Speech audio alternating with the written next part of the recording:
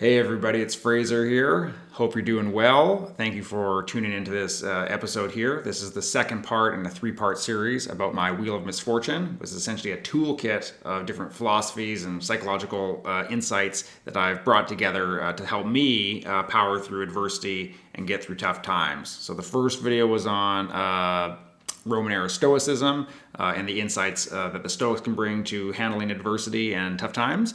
The second video here is going to be on logotherapy and essentially how to make suffering meaningful and how to not suffer unnecessarily. And so that's essentially, we're going to do that through the lens of logotherapy via Viktor Frankl, which we'll talk about in a sec. And the third video, which will be forthcoming or after this, will be mostly on sort of direct interventions into different ways of thinking, especially when you're going down the rabbit hole of negative self-talk. But this one, again, is on meaning mostly. I'm really excited about this. I think if you pair the first video with this second one here, they really dovetail nicely to create a sort of toolkit to handle tough times, but also move forward in your life in a meaningful way, regardless of if you're having adversity or not. So, how did I get into logotherapy in the first place, and what's that about?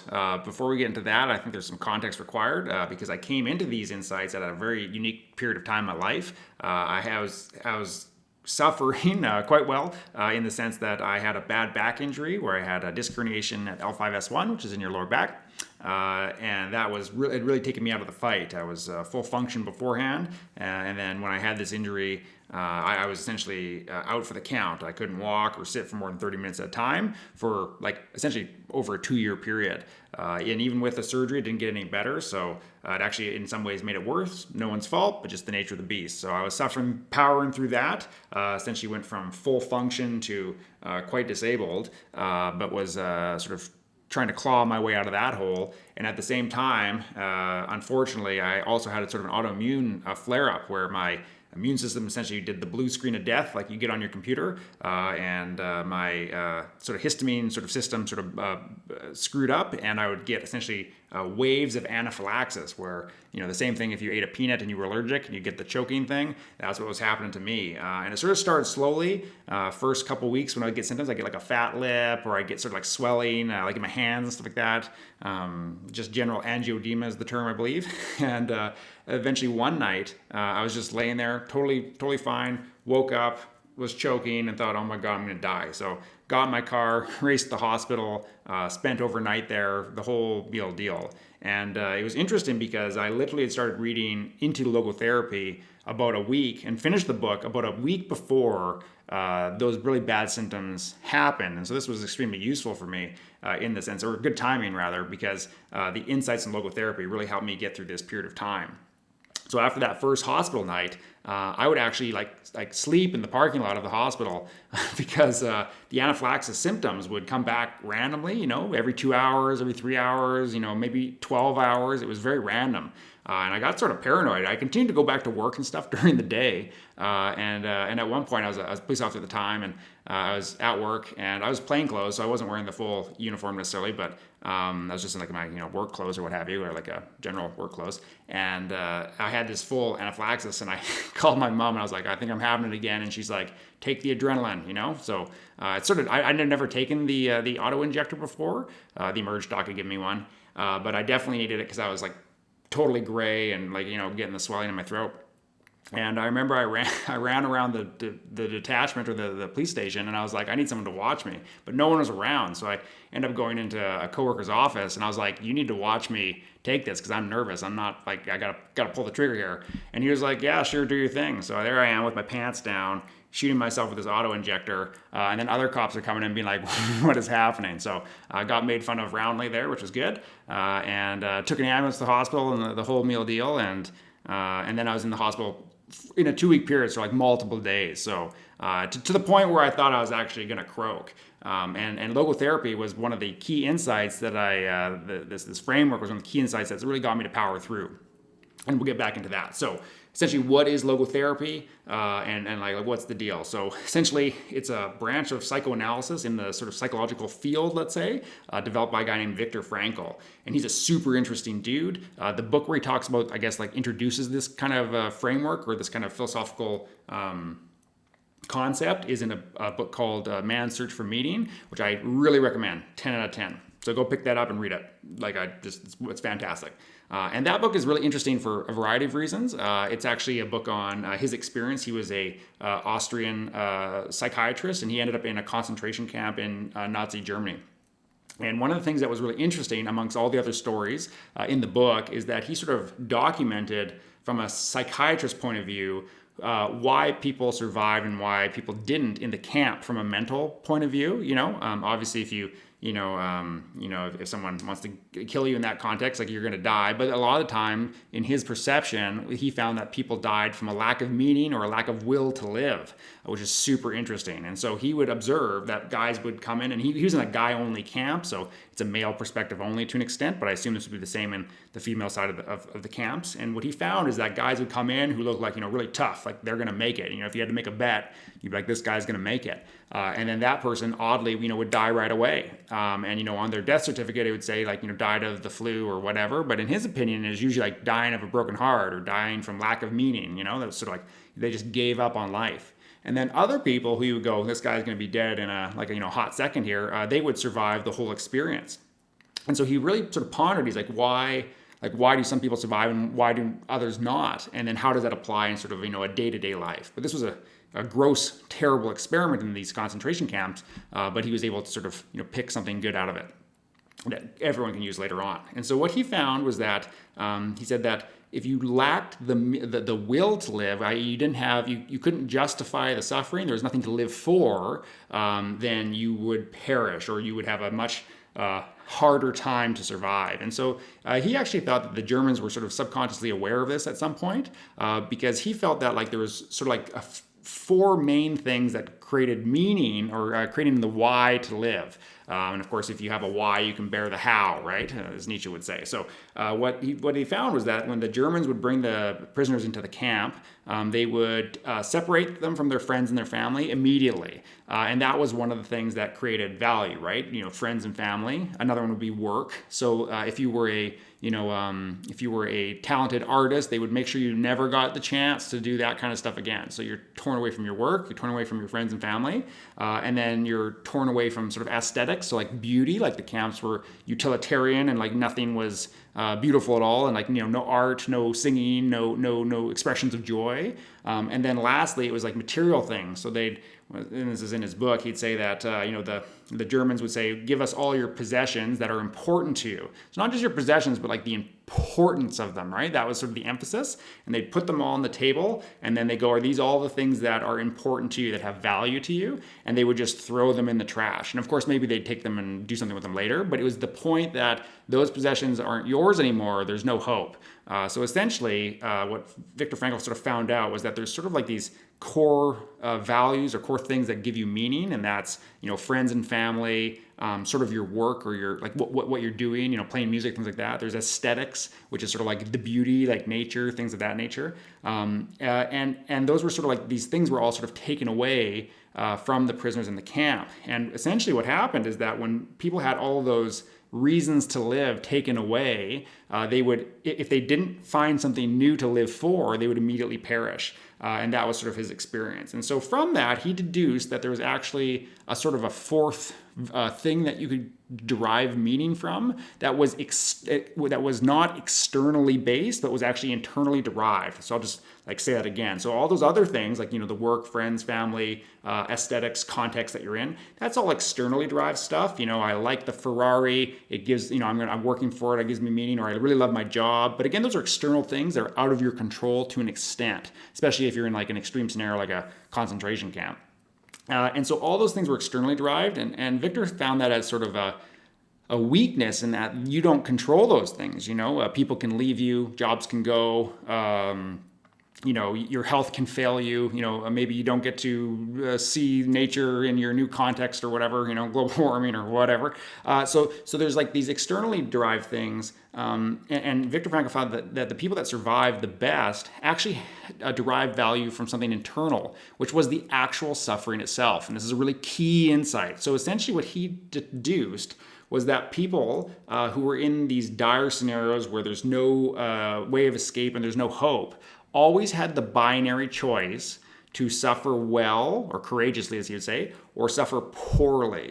And in that internal choice, you always have that no matter what the context. So no matter what point in life you're at, you always have the ability to suffer well. And so if you refer back to sort of my story, I was in the hospital not having a good time at all. And it was bad enough that my mom flew in. And that's when you know it's bad, right? Like when mom comes to save you, you know you're in trouble. And at the time I was like 215, maybe 210 weight-wise. And just because I wasn't able to eat anything, because I wasn't sure what was causing these reactions, I dropped to about 180 pounds. So it was like literally like a 25, 30 pound weight loss in like a 2-week period. I was not doing well. And I was really tired. So at one point, there was like a 3-day period where I was just pretty much in the hospital the whole time.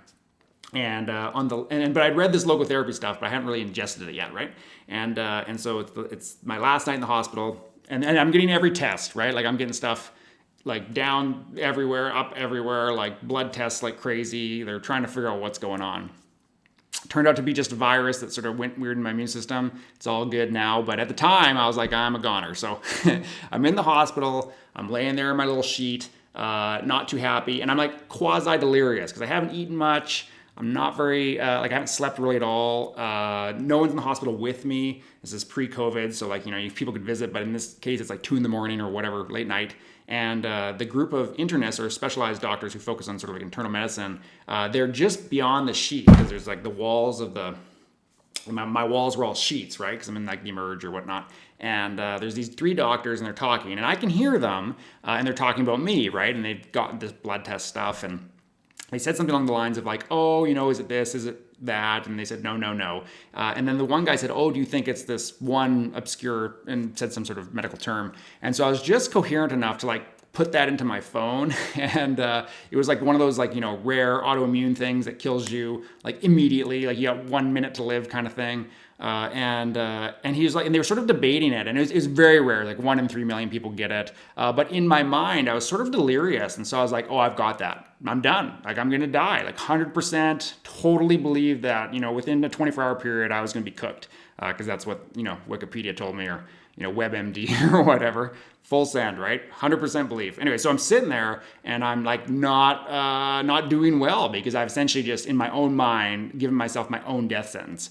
And the doctors were like, might be, might not. Let's do a test for that. And they sort of leave. And so there I'm sitting. All I can hear is like the beep and the whir of the other sick people around me, the machines and whatnot. And I remember just being sort of scared and being like, oh, I'm gonna die. And I started to go down the hill. And then I remembered that Viktor Frankl said, there's people who, survive and people who don't. And I thought, well, it doesn't matter. I can't really do better to survive here. It's just like if I've got this autoimmune thing, I'm done. And I thought, oh, okay, well, I can at least suffer well or suffer poorly. The choice is mine. And I can tell you from my bones that as soon as I had that moment of clarity, I instantly, not gained control, that's too strong, but I instantly created meaning, and I realized I didn't have to suffer unnecessarily. So I said, I can suffer here like a coward, or I can suffer here courageously. And I instantly flipped,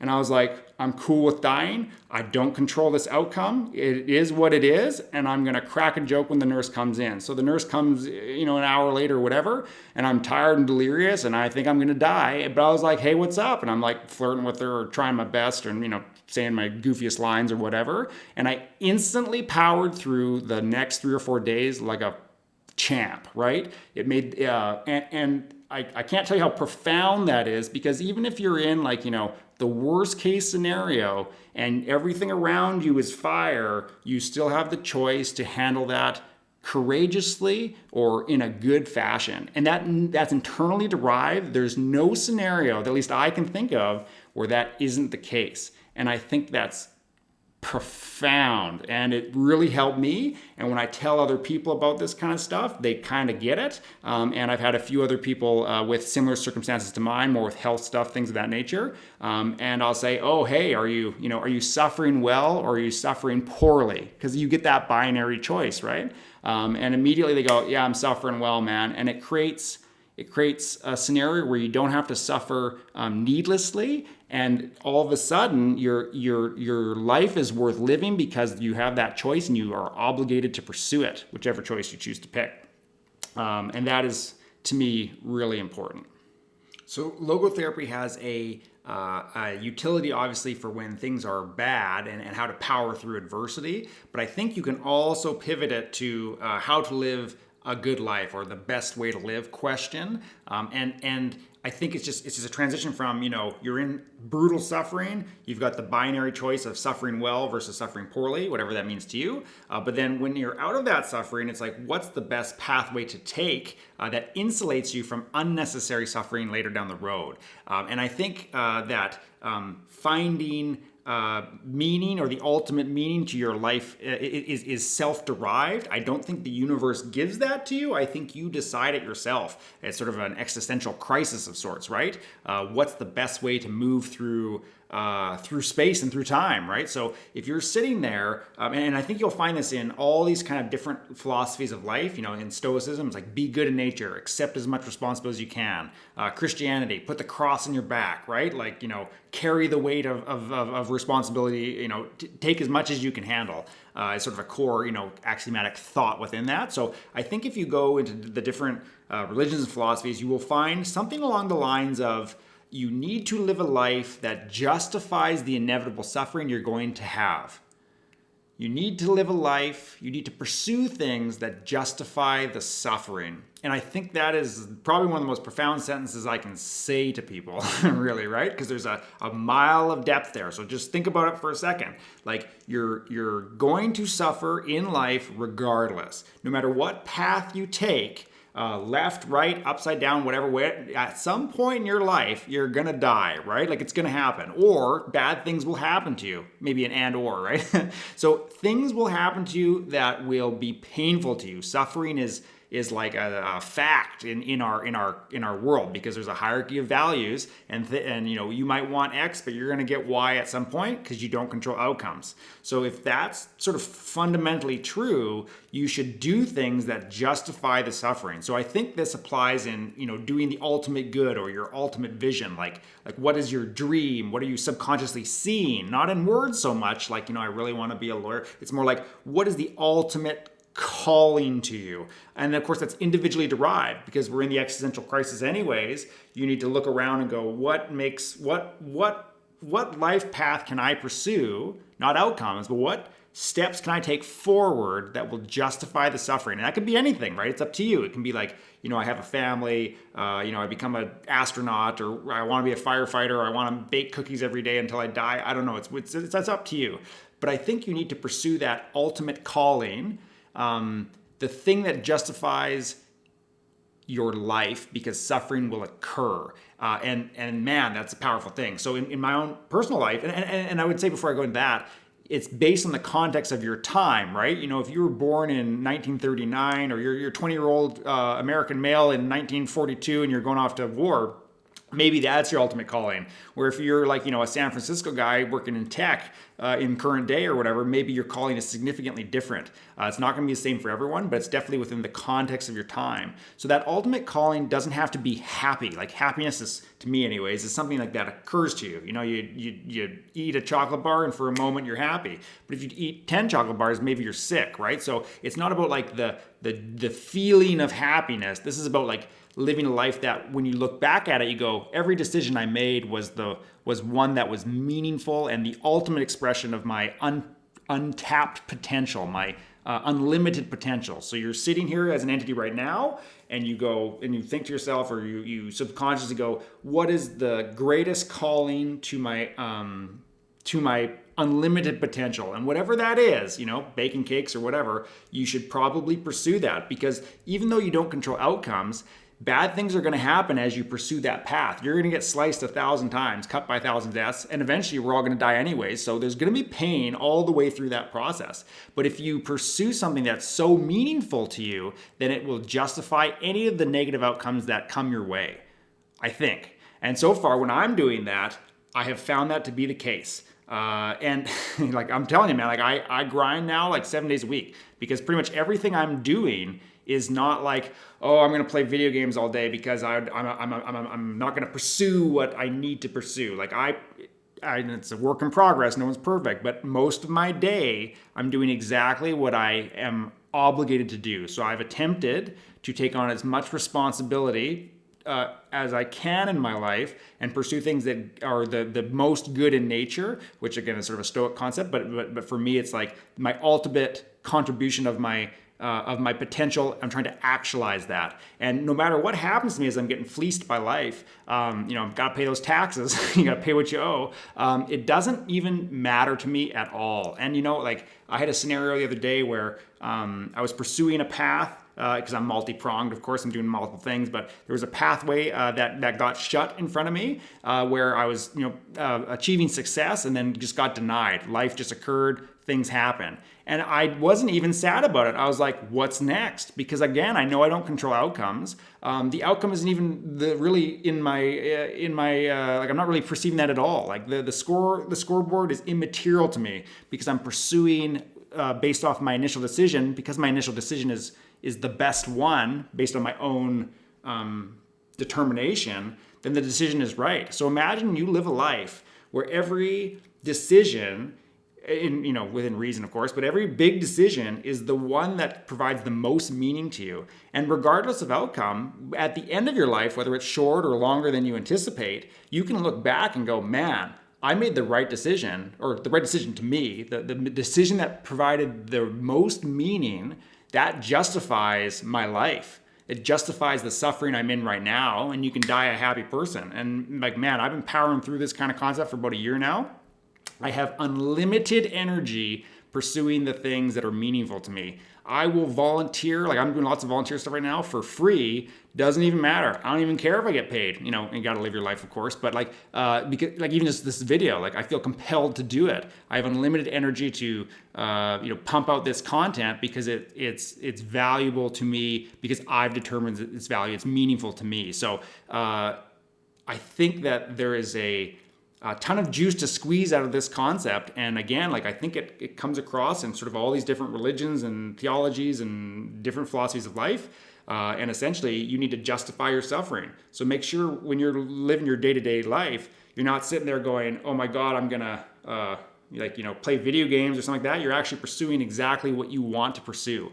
And I can say there's Fraser back in the day, I know I got to do X, but I'm going to do Y, which for me would be like, I'm going to play video games. I'm going to, just socialize like all day and not get to what I know. And I knew exactly what I needed to do, but I was unwilling to square up to it and just sort of eat the pain of fear and pursue those things. And now I'm not the best at it. Like I'm a work in progress. Like I walk on all fours most of the time. I stand up straight for these videos, but like I'm a bit of a goof, regardless of these philosophical insights. But every day I advance the ball one little bite at a time, one little step at a time. And when my head hits the pillow, man, I am like totally fine. I don't want to die, but like I'm totally fine with how my life is in the moment because every decision I'm making is the exact right decision for me. So how can you live your life any better than that? I don't know. I'm willing to evolve on this issue, of course. I'm willing to expand my knowledge set, and I'll keep creating content like this to expand that view. So if you think this was interesting, and I hope you do, please share it because I think this is there's some gold in here, and maybe I don't explain it necessarily the best, but I think there's some utility to be derived from logotherapy specifically on the suffering front. You can suffer poorly or you can suffer well. The choice is yours.